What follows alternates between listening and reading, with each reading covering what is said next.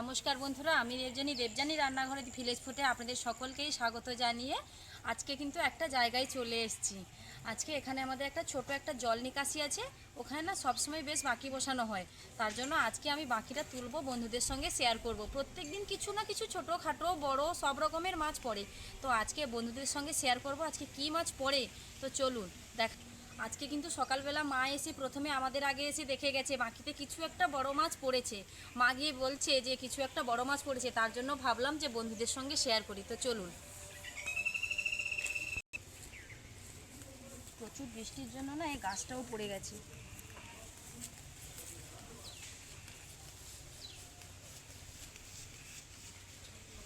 আমাদের বাগানে দেখুন কচু লাগানো হয়েছে, আর এই যে একদমই বাগানের কাছেই কিন্তু জল নিকাশিটা। এই যে দেখুন, এইখানেই কিন্তু বাকি বসানো হয়। বেশ কয়েকদিন আগে না ছোট্ট একটা পোনা মাছ পড়ছিল, মা বলছে আজকে মনে হচ্ছে কিছু একটা বড় পোনা মাছ পড়েছে। দেখা যাক, আমি নামি।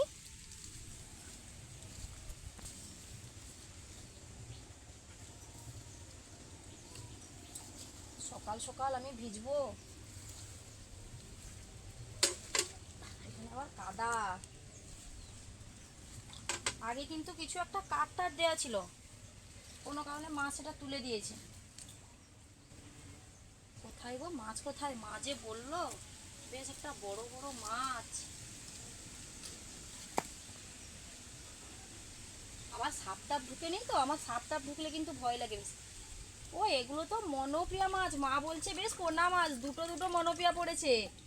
ছোট্ট একটা কি মাছ আছে, মা বলছিল পোনা মাছ পড়েছি। মা এরকম সাদা সাদা দেখেই মনে হয় বলছিল, এগুলো কিন্তু মনোপিয়া মাছ।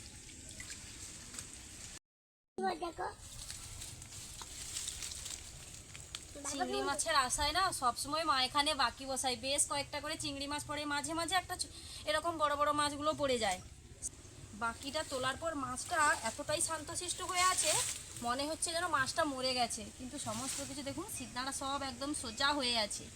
মাছটা ভালোভাবে আপনাদের দেখাচ্ছি, দেখুন এমন কেতরে আছে না, মনে হবে মাছটা মরে গেছে, কিন্তু দেখেই বোঝা যাচ্ছে মাছটা কিন্তু খুবই জ্যান্ত আছে। বড় একটা বালতি এনেছে, একদম জানে বড় মাছ পড়েছে। চিংড়ি মাছের আশায় বসিয়ে যদি মাঝে মাঝে এরকম বড় একটা মাছ পাওয়া যায় তাহলে কিন্তু অনেক ভালো হয়। তো চলো, বালতিতে জল এনেছো কেন? মাছ কি বাঁচিয়ে নিয়ে যাবে নাকি? মাছটাকে তো মারতে হবে, কাটতে হবে। সরো, মাছ দুটো বের করে নিয়ে আবার বাকিটা বসিয়ে দিয়ে চলে যাব। হাই হাই হাই, সে হাত দিয়ে বের করছে। আস্তে এসো না।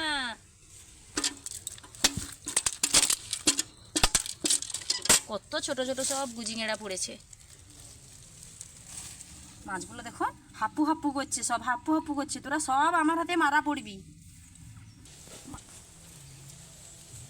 আমার ছেলেটার কাজটাই এরকম।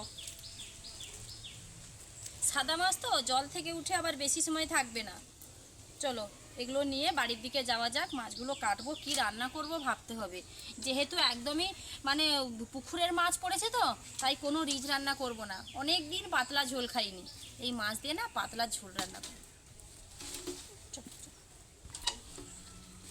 বলছি চল চল, কথা শোনেনি একদম। চলো, কোথা দিয়ে যাবে একদম কচু। এই যে সব ফুটির গাছ হয়েছে, পুরো বাগানটা একদম ফুটির গাছে ছেয়ে গেছে এবছর। প্রত্যেক বছর হয়, অল্প অল্প হয়। এদিকে ঢেঁড়স গাছ রয়েছে, অল্প অল্প করে সব মা দিয়ে রেখেছে।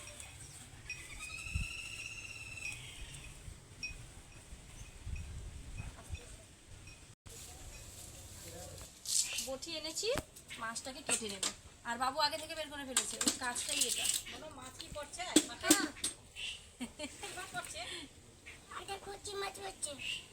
এটা ওর কাছে ছোট মাছ, বলছে কচি মাছ পড়েছে, একটু ছাই আনি, না হলে হবে না। এই মাছগুলো না একটু বেশ হড়হড় করে। মাছটা কে খাবে? আমি। আর কে? বাবা। আর কে? মা। আর কে? আর কে? মাছটা দেখাও বন্ধুদের।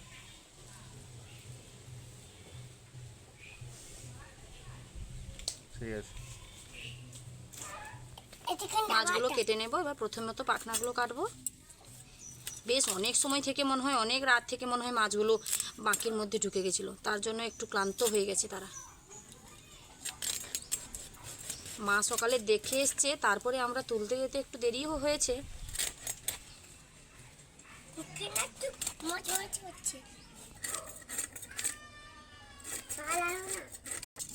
পুকুরেও কিন্তু এইরকম মনোপিয়া ছাড়া হয়েছিল, এর থেকে ছোট ছোট ছাড়া হয়েছিল, সেইগুলো মনে হয় বড় হয়ে না, প্রচুর বৃষ্টি তো এদিক ওদিক থেকে কোথা থেকে সব বেরিয়ে চলে এসছে। যেহেতু ছোট ছোট মাছ আমি 2 পিসই করে দিলাম। দাও বাবু, মা জানো আরো যেটা আছে সেটা কেটে নিচ্ছে। এই যে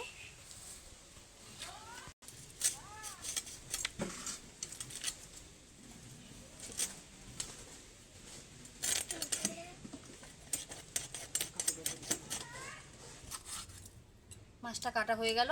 এবার এটা পরিষ্কার করে ধুয়ে এনে একদম স্নান সেরে রান্নার জায়গায় গিয়ে দেখা হচ্ছে। স্নান সেরে চলে এসেছি। আজকে ভাবলাম, আমি আগেই কিন্তু বলেছি একদম পাতলা পাতলা ঝোল করব, তার জন্য গাছ থেকে আমি পেঁপে পেড়ে নেব। পেঁপে গাছগুলো না বেশ এখন ছোট ছোট হয়ে আছে, খুব একটা বড় হয়নি। এই দুটো একটু বড় বড় আছে, ছোট্টগুলো পড়ে গেল। ঠিক আছে, আর একটা একটু পারি, পাতলা ঝোল একটু বেশি করে খেতে ইচ্ছে করবে।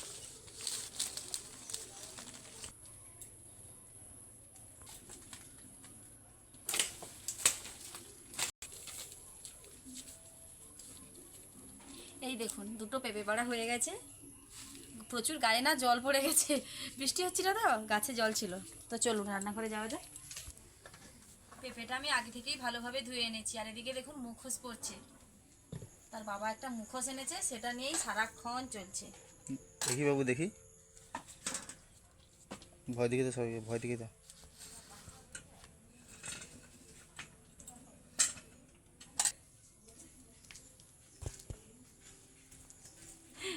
দেখছে ক্যামেরার দিকে, বারবার খালি তাকিয়ে দেখছে। পেঁপেটা আমি ভালোভাবে ধুয়ে এনেছি, একদমই ভালো। এই যে আলুগুলো আমি আগে থেকে কেটে রেখেছি, ধুয়ে পরিষ্কার করে রেখেছি, এর মধ্যে পেঁপেগুলো দিয়ে দেব। পেঁপে ছালগুলো না একদম ভালো করে একটু তুলতে হয়, যে সবুজ অংশটা ভালোভাবে তুলে দিলেই ভালো। পেঁপেগুলো এরকম লম্বাটে করেই কেটেছি, এই দেখুন। এদিকে উনুন ধরিয়ে কড়াই বসিয়ে দিয়েছি। মাছে আমি আগে থেকে লবণটা মাখিয়ে রেখেছিলাম, তার জন্য হলুদ এখন দিয়ে দেব। হলুদটা মাখিয়ে নেব ভালোভাবে। কড়াইটাও গরম হয়ে এসছে, মাছ ভাজার জন্য তেল দিয়ে দিতে হবে। আমি সরিষা তেল দিয়েই কিন্তু রান্না করব। বাড়িতে যদি কোনো রুগী থেকে থাকে তাহলে কিন্তু এই ঝোলটা তার জন্য একদমই স্বাস্থ্যকর, খুবই স্বাস্থ্যকর একটা রেসিপি। তেলটা ভালোভাবে গরম হয়ে গেছে, কড়াইয়ের চারিদিকে লাগিয়ে দেবো তেলটা।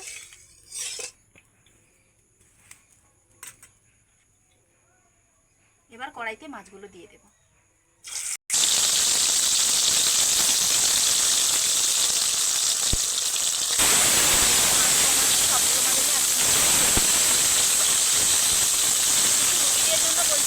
এমনিতে সুস্থ স্বাভাবিক রোগও এই ঝোল কিন্তু খেতে পারে, খেতে খুবই ভালো লাগবে, তাদের শরীর আরও ভালোও থাকবে। আজকালকার দিনে যেভাবে রিচ খাওয়া হচ্ছে আমাদের, তার জন্য মাঝে মাঝে যদি এইরকম স্বাস্থ্যকর হালকা পাতলা জিরে বাটা দিয়ে ঝোল হয় না, তাহলে কিন্তু খুবই ভালো আর খুবই উপকারও। এই স্বাস্থ্যকর ঝোলের জন্য আগেই বলেছি পেঁপে আর আলু কেটেছি, আর এদিকে রয়েছে টমেটো কুচি, পেঁয়াজ কুচি আর কাঁচা লঙ্কার কুচি, এদিকে জিরার বাটা রয়েছে। আর বিশেষ কোনো কিছু মশলা কিন্তু আমি এখানে দিচ্ছি না, এই সামান্য কোনো কিছু মশলা দিয়েই কিন্তু আজকে ঝোলটা রান্না করব। এটাই কিন্তু খুবই স্বাদ হবে। আমরা যখন তেল দিয়ে একদম কষে রান্না করি না, বিভিন্ন রকমের মশলা দিয়ে থাকি, এইরকম অল্প মশলা দিয়ে শুধু জিরার বাটা, টমেটো আর কাঁচা লঙ্কা দিয়ে একদিন ঝোলটা বানিয়ে খাবেন, ভীষণ ভীষণ সুন্দর লাগবে। বাবা কি ভীষণ ধোঁয়া হচ্ছে, মাছগুলো একদিক হয়ে গেছে, উল্টে দেবো।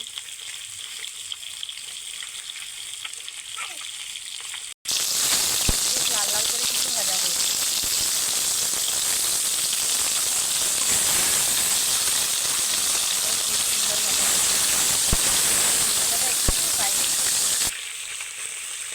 সবগুলো মাছ উল্টানো হয়ে গেছে। এই সাইডে দুটো মাছ না একটু গায়ে লেগে গিয়ে ভেঙে গেছে, দেখুন। সে পাশটা একটু লাল লাল করে ভেজে নেবো আগের মতন করে।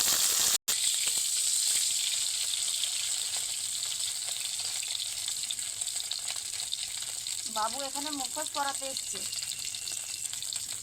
আবার উল্টে চলে যাচ্ছে, বুঝি ভালো করে দড়িটা চললো। হ্যাঁ, জোর করে চলো। চলো, আমি কড়াই দেখতে পাচ্ছি না কিছু, পোড়াতে পারে না, চ্যাংড়ামি করছে। মাছগুলো সবগুলো ভাজা হয়ে গেছে, আমি কিন্তু থালার মধ্যে তুলে নিয়েছি। লাস্টে এই মাথাটা ছিল, এটাও তুলে নিলাম, হয়ে গেছে। কড়াইতে যে তেলটা আছে আরও কিছুটা তেল দিয়ে দেবো, পেঁয়াজ কুচি দিয়ে দেবো, টমেটো কুচি দিয়ে দেবো,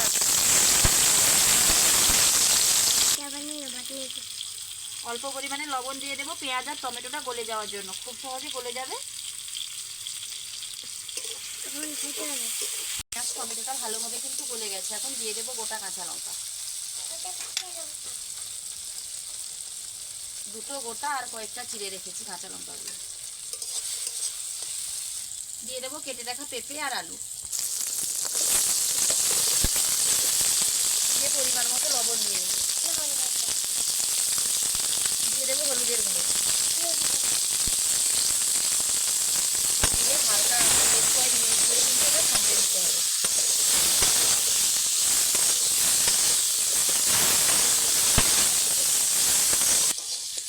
বেশ ভালোভাবে বেশ কিছু সময় ধরে আমি কিন্তু এটাকে সমড়ে নিয়েছি। এই দেখুন, দেখলেই কিন্তু মনে হচ্ছে যে বেশ কিছু সময় ধরে এটাকে সম্রানো হয়েছে। কাঁচা লঙ্কাগুলো দেখুন একদম গলে গেছে। এখন কিন্তু আমি জিরার বাটাটা দিয়ে দেবো, দিয়ে দিলাম জিরার বাটা। তবে একবার যখন জিরা বাটা দিয়ে না খুব বেশি নাড়তে নিতাম, জিরা গুঁড়োটা সেরকম কোনো পুষ্টিগত গুণ থাকে না। জিরাটা যদি তেলে দিয়ে নাড়া যায় তার পুষ্টিগত গুণ কিন্তু হারিয়ে যায়। জিরা বাটা দিয়েই কিন্তু জল দিয়ে দিতে হবে।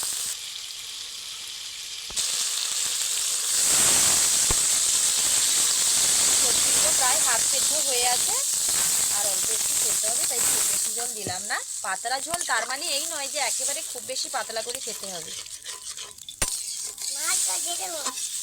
ঝোলটা ভালোভাবে ফুটে যাক, তারপর আমি মাছগুলো দেবো। যেহেতু কাঁচা সবজি, সেদ্ধ হওয়ার জন্য একটু সময় লাগবে। তারপর ঝোলটা ভালোভাবে ফুটে গেছে, এখন ভেজে রাখা মাছগুলো দিয়ে দেবো।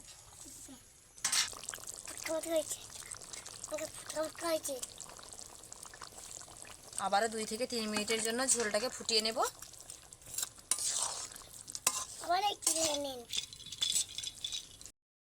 পাতলা ঝোল একদম রেডি হয়ে গেছে, ঝোলটা এবার নামিয়ে নিলাম। যা দারুণ হালকা হালকা সেন্ট উঠছে জিরা বাটার। তো বন্ধুরা, আমার এই মাছের ঝোলের রেসিপি যদি আপনাদের ভালো লেগে থাকে, প্লিজ লাইক কমেন্ট ও শেয়ার করতে ভুলবেন না। এইরকম আরও নিত্য নতুন রান্নার ভিডিও পাওয়ার জন্য অবশ্যই আমার চ্যানেলটিকে সাবস্ক্রাইব করে আমার পাশে থাকবেন। তাহলে দেখা হচ্ছে আবারও নতুন কোনো রান্নার ভিডিও নিয়ে। ততক্ষণ সুস্থ থাকুন, ভালো থাকুন, নমস্কার।